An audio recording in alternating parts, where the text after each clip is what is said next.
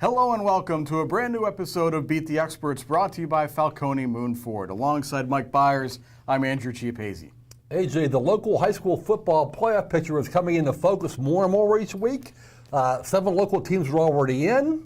More we'll get into next week or so, but we have 16 games this weekend. Let's break those games down. You know, since 2010, one of those traditional playoff teams has been Central Valley. The Warriors have been one of the most consistently good programs in the Beaver Valley area, and the Warriors have not missed the playoffs since they formed in 2010 with the merger of Seneca and Seneca. Unfortunately, that's probably going to change this weekend because Friday night they are facing elimination in their game against Aliquippa. Central Valley must beat Aliquippa and have Beaver lose to Beaver Falls next week in order to get into the wild card position and possibly make the playoffs. Unfortunately, Aliquippa looks like a state title contender at this point. I do not see Central Valley beating the Quips this week, and that's unfortunate because I think the Warriors are probably better than a lot of the teams that may make it from the other conferences. Yeah, you know what, AJ? Central Valley's demise will go back to that game when they lost to Beaver a few weeks ago. It was 24-22, a great football game. They actually let us slip away at the end there. Aliquippa is playing so well right now. We know about their defense. They finally allowed a touchdown defensively in that game against Quaker Valley. They won 22-7. The Quips look really, really good. And an extra dimension, Will Gibson played a lot in that Quaker Valley game, a quarterback, and he gave them a spark at the end there. So I think the Quips are going to win this game. Unfortunately, Central Valley's playoff run will be over.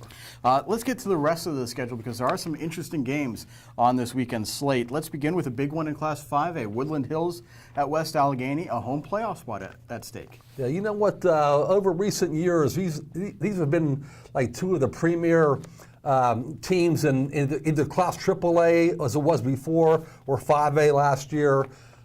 West Allegheny has some injuries. Will Rubber didn't play last week, running back, linebacker. He may be back this week. We'll see.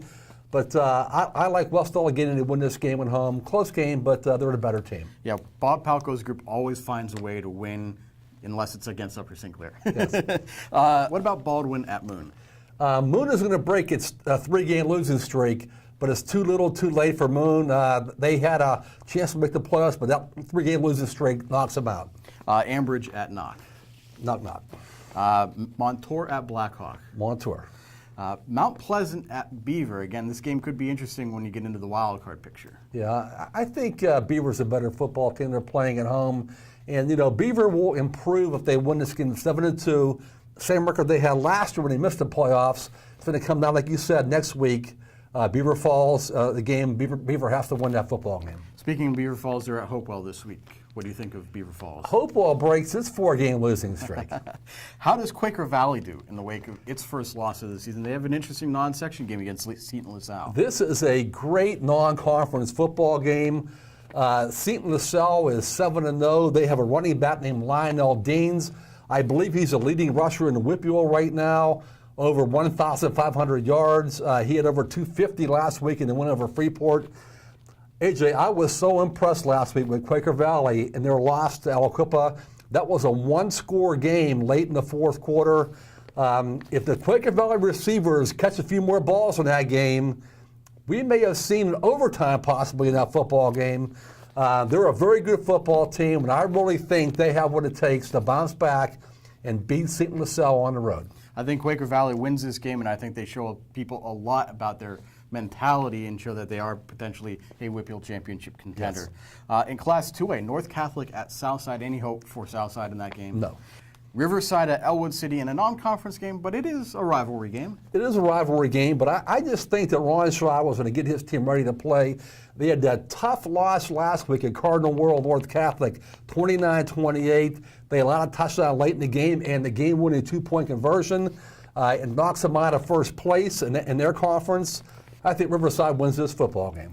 How about Freedom at Neshannock with some potential playoff positioning at stake? I think, AJ, the Freedom still has a slight chance to get a home game for the playoffs. Tough loss last week against Mohawk.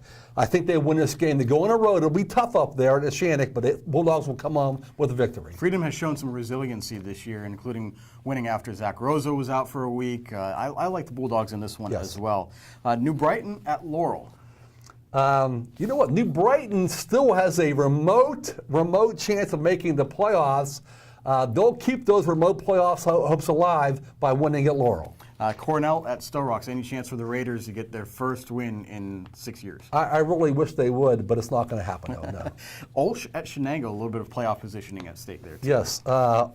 You know what, AJ? Our Lady of the Sacred Heart has now won 6 straight games after those 2 early season losses. They're playing very good football right now. Playing at Shenango won't be easy, but the Chargers are going to win and go to 7-2. I think the Chargers have found what they've been looking for all Yes. season long. They're definitely in rhythm. Another good potential game, Union at Rochester. I think that Union's a bit overrated. Rochester has stumbled the last 2 weeks. That tough loss against Olsh, and they got blown out last week by Cal, a very good California football team. But I think Rochester rebounds this week here at home against Union. Rams were a little banged up. I wouldn't be surprised if a couple of those guys that were held out last week are back this week, and that California game may look different if they meet again in the WPIAL playoffs. Finally, West Green at Western Beaver. A good non-conference game. Both teams are 6-2. As I said last week on the show, I'm not a real big fan of that Tri-County South Conference West Green plays in. Plus, Western Beaver clinched the playoff spot last week. They're playing at home on a Saturday afternoon. They're playing good football. The Golden Beavers go to 7-2. That does it for this week's episode of Beat the Experts. You can keep track of all these games Friday and Saturday on timesonline.com. And make sure you join us at noon Wednesday and Thursday for the latest editions of Game On. So for Mike Bires, I'm Andrew Chiappazzi. That does it for now. We'll see you soon.